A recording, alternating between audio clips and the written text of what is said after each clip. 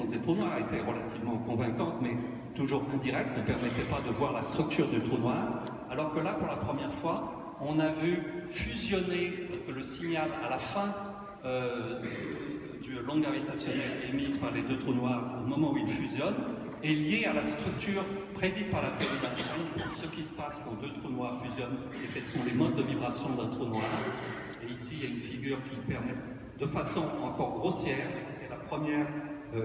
confirmation relativement directe qu'on a bien vu deux trous noirs tels qu'ils sont prévus par la théorie d'Einstein fusionner. Un autre événement remarquable obtenu par les ondes gravitationnelles au mois d'août 2017 est la première observation de systèmes dont parlait Freeman Dyson, c'est-à-dire non pas la fusion de deux trous noirs, mais la fusion de deux étoiles à neutrons, deux étoiles mortes ayant la taille chacune de Paris. Et ces deux étoiles ont fusionné pour faire une structure assez compliquée qu'on ne connaît pas en détail, mais qui ont émis des ondes électromagnétiques, en fait, une bouffée de rayons gamma, suivi d'autres signaux électromagnétiques. Donc c'est le début de ce qu'on appelle l'astronomie multimessager, messager, c'est-à-dire où l'on voit à la fois des ondes gravitationnelles et aussi des ondes électromagnétiques. Et aussi, ça a donné des confirmations et des tests de toute théorie de la gravitation. En particulier, cette expérience a montré que la vitesse de propagation de la gravitation ne diffère de la vitesse de la propagation de la lumière au maximum que d'une partie en 10 puissance 15, 10 moins 15. La théorie d'Einstein prédit qu'elles sont exactement égales l'une à l'autre. C'est une confirmation de la théorie, mais ça aussi met des limites sur toutes nos théories. Ici, je vous ai parlé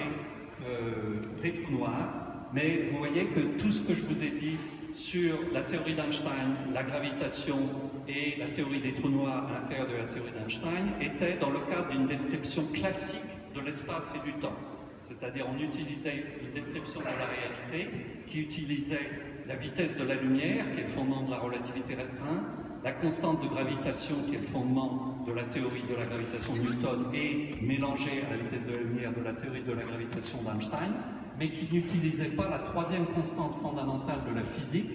découverte en 1900 par Max Planck, qui est la constante H,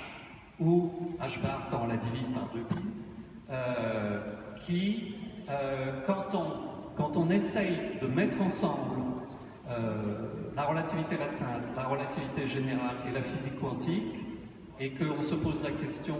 quelle est la physique des trous noirs en présence des effets du monde quantique? Eh bien, il se passe des choses très intéressantes qui ont été intuitées d'abord par un jeune Israélien, qui avait une vingtaine d'années, Jacob Bekenstein, en 1972, puis amélioré par complété de façon très importante par Stephen Hawking, qui d'ailleurs voulait démontrer, c'était une des choses que disait Cédric, mettre un défi aux autres. Stephen voulait démontrer que tout ce que disait Jacob Bekenstein était faux.